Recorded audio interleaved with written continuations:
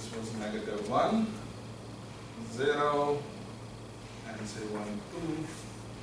Before that it was decreasing, and after that it was say increasing, and after the 0 it started decreasing up to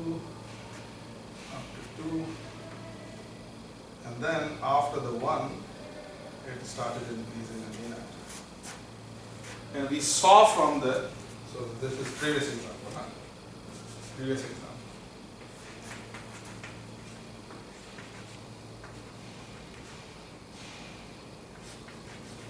Previous example.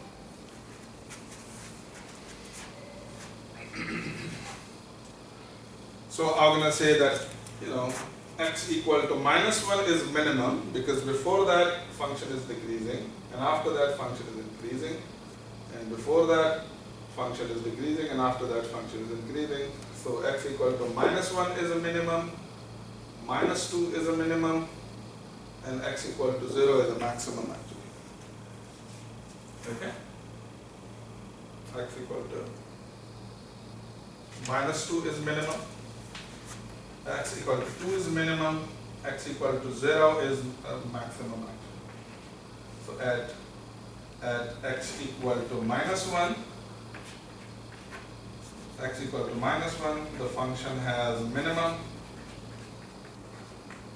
X equal to 2, the function has minimum again, local. And x equal to 0, the function has max. Okay, function has a max. So these are the things. Now here the seriously crucial point actually, because a function, so I said that the function is decreasing on -1 to the interval -1 actually, and I drawn a curve like that. Okay, but why I drawn a curve like that? Function can also decrease in this manner. Okay, function can also decrease in this manner. So why so like I did a bit of cheating actually, because I knew the graph already, so I drawn a decreasing curve, but the function could also decrease in this manner. Why I didn't draw in this manner? So I said that function is increasing in this manner. Okay, so it's increasing in this manner, but this is also increasing actually. So why I didn't draw a curve like this actually? Okay, so on and so forth. Okay, so if you want to sketch the curve, okay, of a given function explicitly, then probably just looking at the sign of f prime of x is not enough actually. This test is enough to find the maximums, local maximum and local minimums, but this curve, this test is not enough to find what do you call to sketch the curve actually. Okay, because when you are saying that okay x equal to -1 is minimum, the function was decreasing, but the function can decrease in two manners. So it can go down in this manner, or it can go down in this manner actually. So I don't know that how the function is decreasing. I know that it's decreasing first and then increasing, but then how it is increasing, it can increase in this manner or it can increase in this manner actually. Okay, so this test is very good for just determining what do you call the critical points of what do you call the function actually. But this is not good enough to determine the sketch of the curve actually. So you need a little bit more information actually, and we are moving towards that. Maybe we can do one example based on, say, one more example on first derivative test. Okay, so let's do this example. So let's take a function f of x equal to x power 4 minus 4x cubed. Okay, so the first step is, so in order to apply the first derivative test, first step is, so step 1 is find critical points. Find critical points. And how to find the critical points? Differentiate the function and equate it to 0. So if I differentiate this function, you're going to have 4x cubed minus 12x square equal to 0. Okay.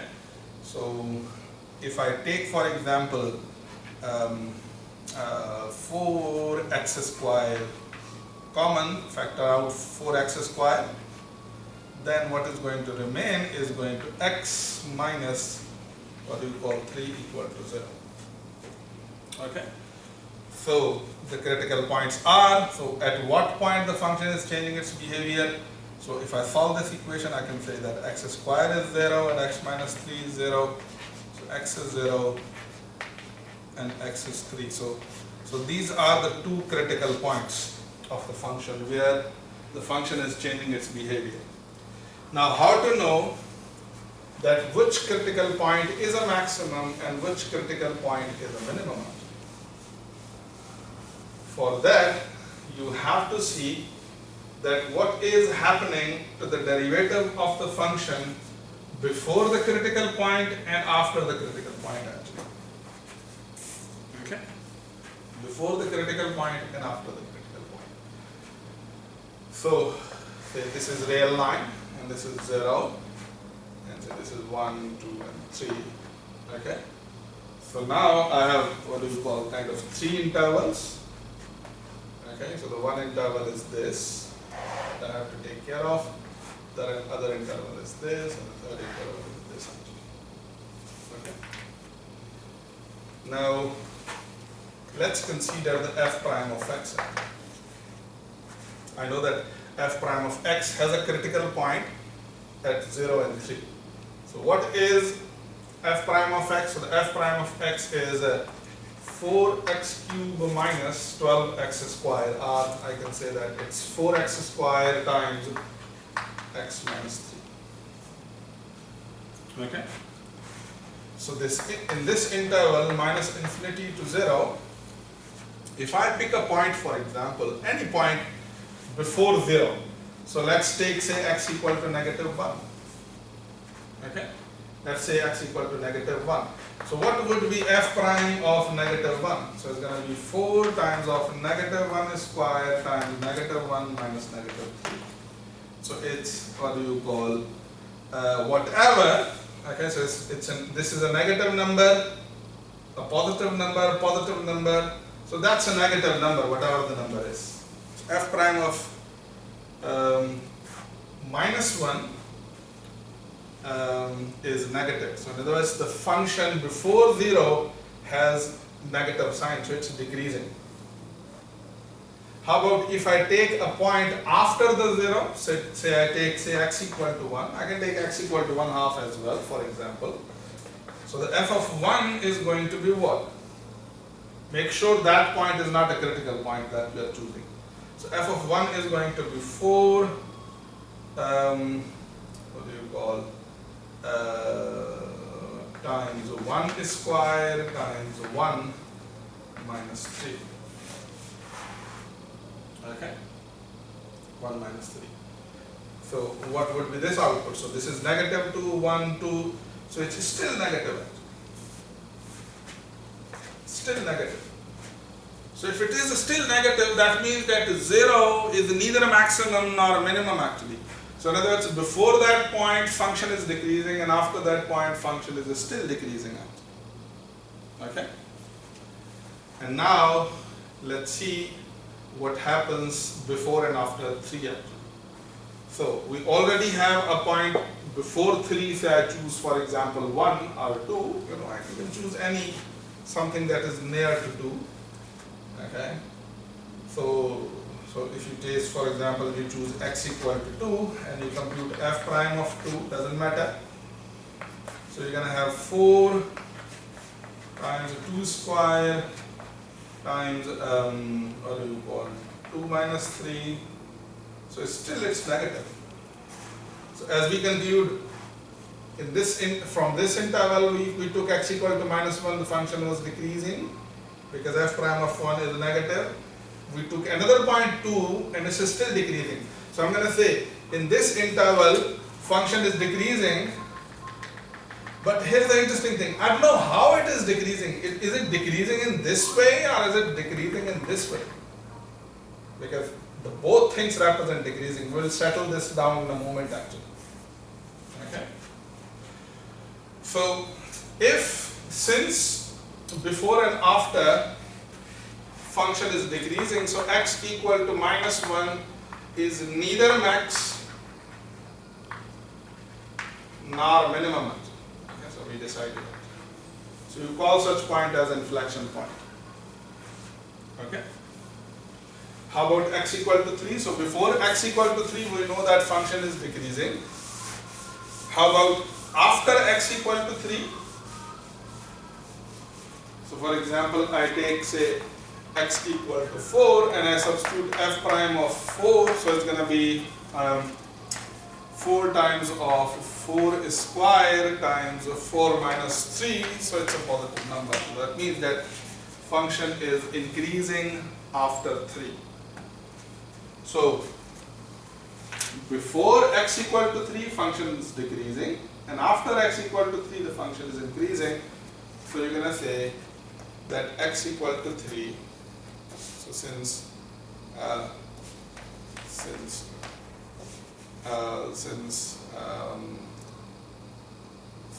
before x equal to 3, the function is decreasing, and after x equal to 3, it's increasing. So we're going to say x equal to 3 is a minimum actually. So decreasing and then increasing actually. So x equal to 3 is a minimum. Okay, so these are the steps that you have to take when you want to apply the first derivative test. So how to apply the first derivative test? Find the critical points by solving the equations, solving f prime of x equal to 0. Once you have the critical point, then see that what is happening before the critical point and after the critical point. So we saw before the critical point function was decreasing, and after the critical point x equal to 0, the function was decreasing still. So I'm going to say x equal to 0, sorry, not minus 1, is neither maximum nor minimum. How about x equal to 3? So we saw before x equal to 3, function is decreasing, and after x equal to 3, function is increasing. So I'm going to conclude that x equal to 3 is a minimum actually. So that's how it goes. But now we will like to address the problem actually. Okay? But how to know the function, when the function is decreasing, does it looks like this? Is it decreasing in this manner, or it's decreasing in this manner? Or the function, so after that it is a decreasing, so is it decreasing in, say, decreasing in this manner, or increasing in, what do you call, decreasing in this manner? So who knows? And then the function has started increasing. So is it increasing in this manner, or is it increasing in, say this manner? This manner actually. So you have no idea actually. Okay. So want to address this point, because once you know this, then you can make a rough sketch of your given, what do you call it. And for this, we will like to study what do you call the concavity. So if I have a curve like this, okay, a curve this that is like opening up. So if you, for example, if you treat this curve as a string, as a wire, so this wire is like opening up actually. So you're going to say this curve is, I'm going to call such curve as concave up. Concave up actually. And I'm going to call, say for example, this kind of curve, because this is like opening, you know, like kind of a downward actually. Okay, so I'm going to call such curve as concave down. Okay, so concave up and concave down. I can draw some more example. For example, this is concave up and this is concave down actually. Okay, so and I can, you know, you can say, so this has like opening. So in other words, another interesting way to know that whether your given curve is concave up or not. So if you draw the tangent line of the curve to the curve, and that tangent line lies below the curve actually. Think about it. So it's below the curve. You're going to say the concave up actually. So the curve is concaving up. So the lines are below, the tangent lines are below the curve is concave up.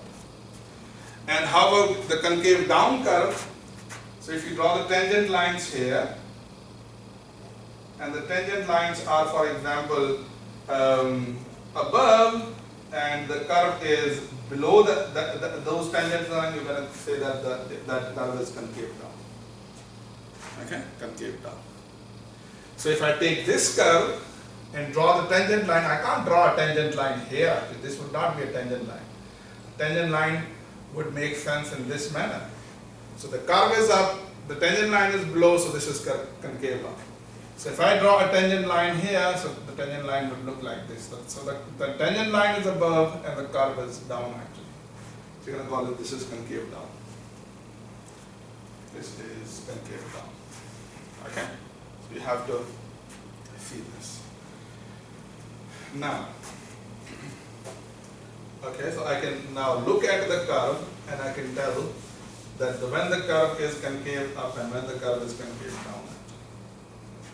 So for example, I can draw an arbitrary curve that goes like that. So I'm going to say that, okay, this is the point where the curve is changing its concavity. So up to this time, the curve was maybe this point, something like that, roughly, okay, something like that. So this is concave up, and after that, the curve becomes concave down, and then say after that, the curve again becomes concave up actually. Okay, so the concavity. So you can have a curve which is concave down sometimes and concave up sometimes actually. Okay. And now I would like to relate this concavity with mathematics actually. And I want to invite you to think carefully about the concave up curves and concave down curves actually. Okay. In the terms of the derivative. Now think about the concave, say, up curve, and draw the tangent lines at different points. So let's see, I have drawn the tangent line here. This is tangent line. This is another tangent line, and this is another tangent line, and this is another tangent line, and so on and so forth. Can you see an interesting pattern in the tangent lines actually, in the slopes of the tangent line? Can you see a pattern? So for example, if you are in XY plane, so one line is this, but the say other line that goes like this actually. So what you can say about this line and this line? So there is something common in both, but there is something that makes these two lines different. What is common in both? Both lines have a negative slope actually. So this has a negative slope and this also has a negative slope. But you're going to say this is more negative, so this slope is more negative than this slope actually. So if I try, for example, even say this line, so you're going to say, aha, so this has a negative slope, but this is less negative than this actually. So for example, this can have slope x equal to -3, this is x equal to -1, and maybe this is x equal to -1/2. And if a line goes like this, so you're going to say this line has a 0 slope actually. And if a line, say for example, goes like this, so now you're going to say this line has a positive slope. How about if I draw a line this? So I'm going to say this has also positive slope, but this is less positive than this positive slope actually. And how about this line? So I'm going to say that, okay, this is more positive than the both of these lines actually.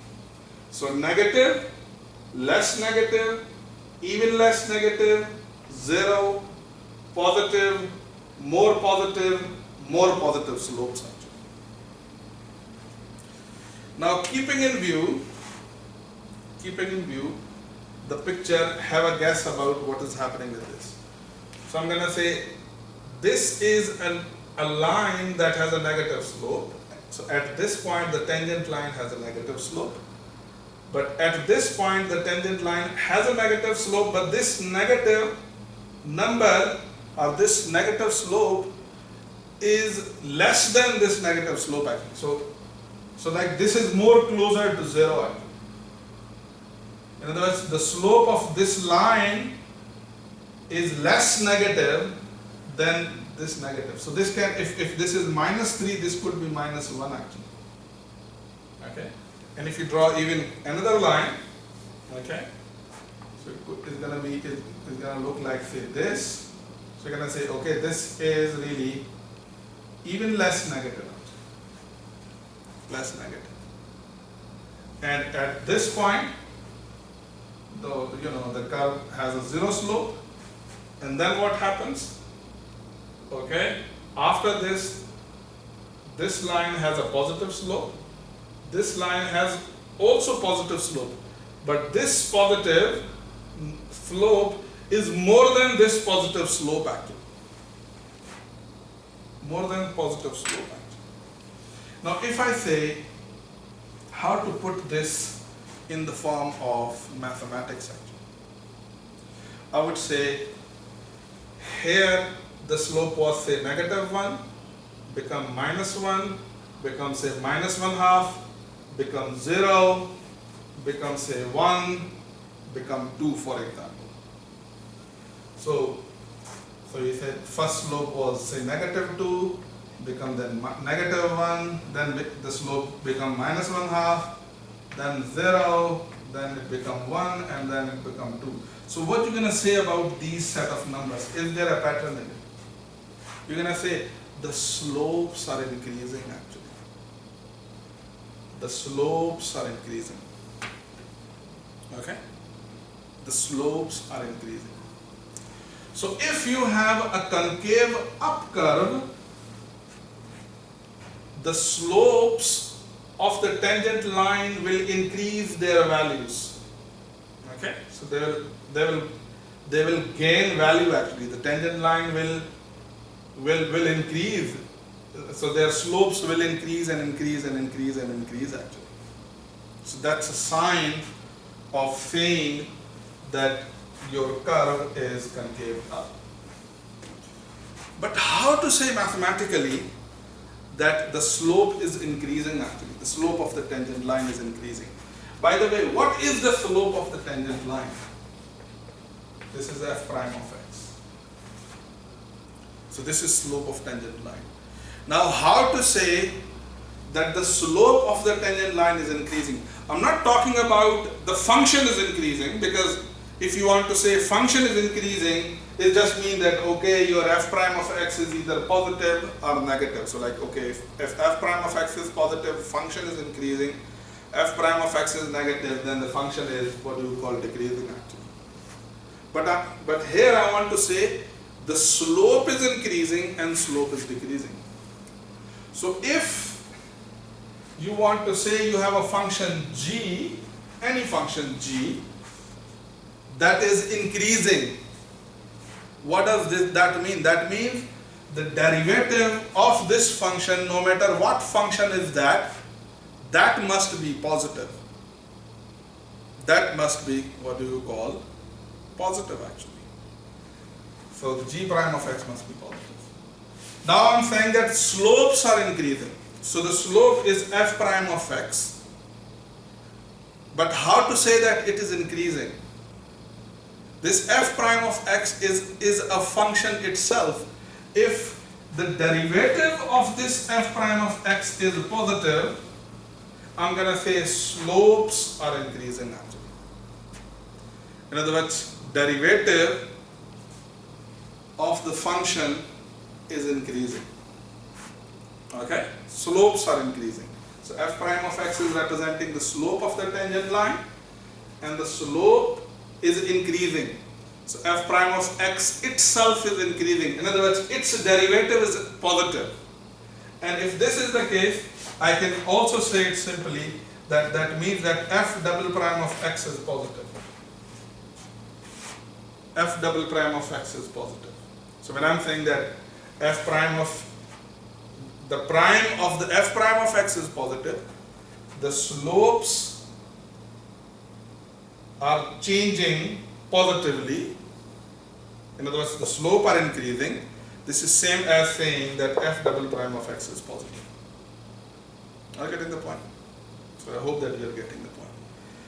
So for a given curve, if the second order derivative of that function is positive, that means that that function is a kind of a function in which the slopes are increasing. And when the slopes are increasing, the curve is concave up.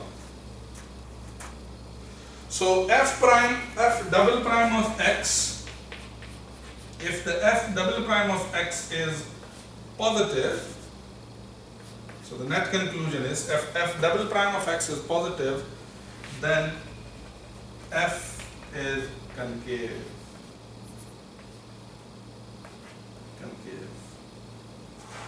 Okay? On an interval, then f is concave upper. So if second double prime of x is increasing, is positive on a curve, then f is concave up. Why it is concave up? Because this is a kind of a curve in which the tangent lines are gaining more and more and more slopes. The slopes are, increasing actually. Alright. How about second order? How about concave down?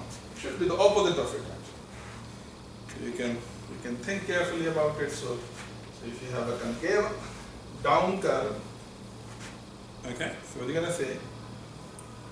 So now if you look at the curve, so you're gonna say at this point the curve is positive, it has positive slope, and at this point the curve has a positive slope, but this positive is less positive than this actually in number. So it has a more slope and this has a less slope actually.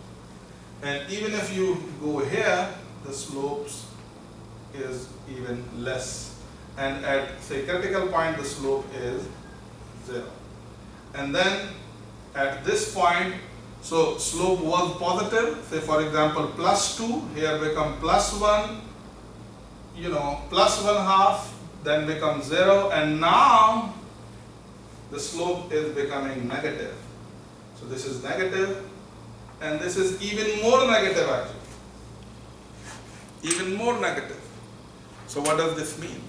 the slopes of the tangent lines are decreasing actually. The slopes of the tangent line are decreasing. And how to say it mathematically? So same case, if f prime of x is representing the slope of the tangent line taken, then this f prime of x, which is kind of representing the slope of the tangent line at x, is decreasing. And how to say that something is decreasing?